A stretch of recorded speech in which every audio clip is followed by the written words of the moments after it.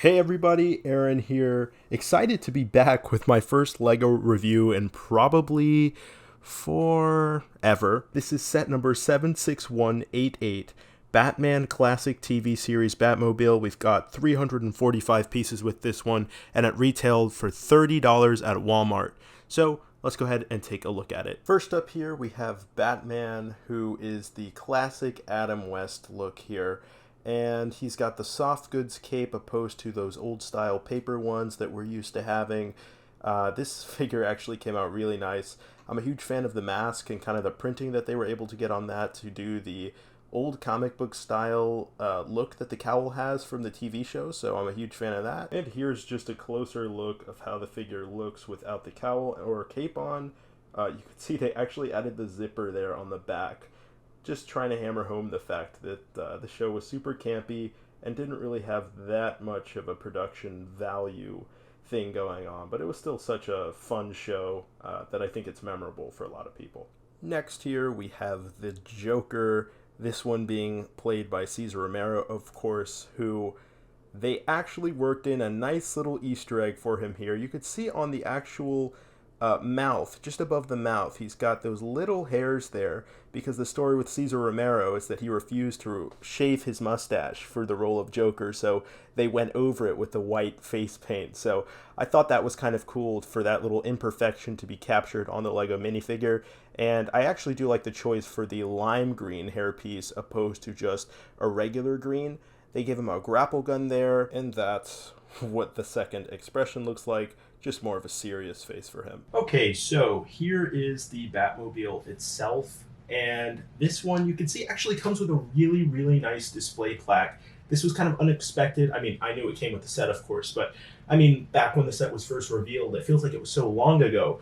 But I guess really it was just this set came out, what, 2021? We're in 2023 when this video is being shot, but still, it's a really nice inclusion. Because of course you have the option of using this as either a playset or display set. And I wish more playsets kept the adult market in mind. Of course, you can argue, well, Lego's for kids, and that's always going to be the primary audience. But I always like when they target the adult market with a nice set of this size, opposed to like a $300 set or a $400 set, something in that range. Just to have a nice smaller playset like this / display piece is a really nice thing. This set ultimately is, like I said, a glorified UCS set, just in a way smaller scale, and that's something I appreciate. There are sticker details all over that we get, although those aren't necessarily hard stickers to put on, so it wasn't anything too annoying or overly complicated. Look at this, we could just rotate the model whichever way we'd like, and it's extremely easy to do that. The way that they have that connected is going to be right here.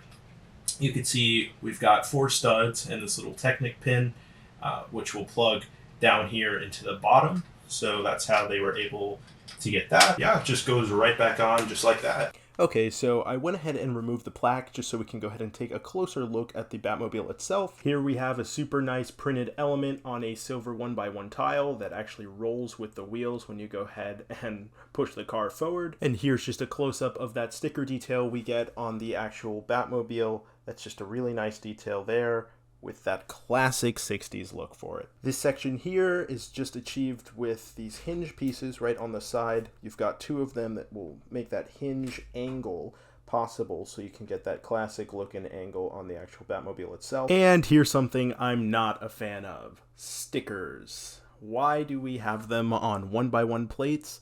I have no idea. Could this have easily been a printed element and cost Lego $0.00? Absolutely. We print on 1x1 tiles all the time. I mean, there's no reason these couldn't have been printed, but that's just a minor complaint overall. And while we've got this back section pulled up here, let me just show you how the trunk works. So we've got this pretty cool ridge detail on the back section, this piece right here, that just pops up. And we've got a trunk that actually has space to store the blasters there in the back, as well as some extra ammo. We'll talk about those in a second. Each of these little exhaust pipes are individually adjustable, though I don't know what you do with these other than just kind of have them the way that they suggest in the instructions, which is kind of tipped forward, or I mean tipped back just a little bit like that, where they're kind of all in a straight line. Feel free, obviously, if you pick up the set, to change that up how you'd like, but for me, I'm just going to be keeping them this way. And on the front, we have what used to be an illegal building technique. I actually had to check with one of my friends to see if this was still illegal or not. Apparently, this was legalized in the 2015 Helicarrier set, so shout out to Justin for that knowledge on that. The grill area on the front is pretty standard, and that's how that looks. Here's a closer look at the inside of the cockpit section.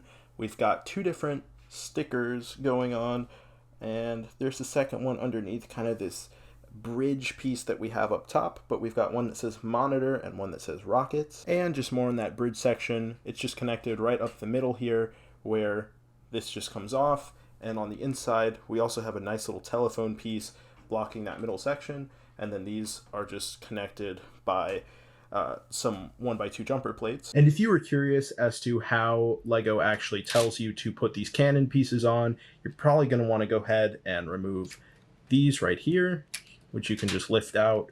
Those are on kind of those hinge pieces, just like that. Then you're supposed to go ahead and get these up. If you have fingernails, that might assist you here. Hold on, guys. Whew, that definitely took forever. I guess it's just part of the territory. Here's how those actually work. They're just standard stud shooters, just as you might expect. You just push up here, and those shoot into an abyss. And I hope you guys were really dying to see that feature, because I actually cut myself underneath my fingernail just by trying to remove those bricks. And if you were wondering how comfortably this Batmobile seats minifigures, you can actually just go ahead and comfortably seat two figures. I'm just taking Batman here, which he can just go right in there, and then we'll seat Joker next to him, since there's no Robin included in the set. But that's just how that came out. And here's just a look at the Batmobile plaque that's included with the set.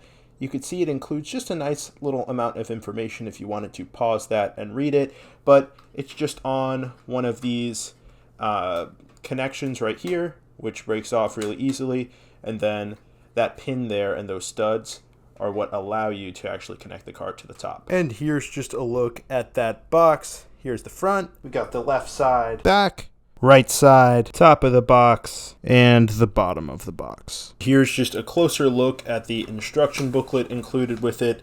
Just get a pretty standard build all the way through. Here is where that option comes into place with switching out the guns on it or guns off, and how they load that onto there. Other than that, just a rebuild the world ad, since there's no DC sets to advertise, of course, because what DC sets do we get nowadays? Okay, so ultimately my thoughts are that this is a very, very nice offering from LEGO at $30. As I mentioned, you get 345 pieces with this one, two great minifigures, highly collectible minifigures, and a really cheap way of getting the Batmobile if you missed out on either that San Diego Comic-Con set from a few years back, or even that Batcave from a few years ago, honestly kind of crappy Batcave from a few years ago, from the exact same show as this. So the Cesar Romero Joker is a great figure to get, and of course Adam West Batman, always love to see that. And that torso actually can really double as like a Batman 2004 animated show, if you guys remember that show, The Batman. The torso definitely reminds me of that. So this is a win in my book. This is a great set. I don't know what you could have asked for other than maybe a Robin minifigure would have been nice, since you do have the two seats in the Batmobile here, but I think there you kind of get into nitpicky territory just a little bit. So this is a great set in my book. I don't even know what score I'd give this one, but this is like an A+ in my book. So thank you guys so much for watching the video. I look forward to seeing you guys soon in some more videos, and we're going to keep going with this thing. So just subscribe if you haven't already, like the video, and I'd really appreciate it. A like and the subscription goes a long way. Doesn't cost you anything. So thank you guys. I'll see you later.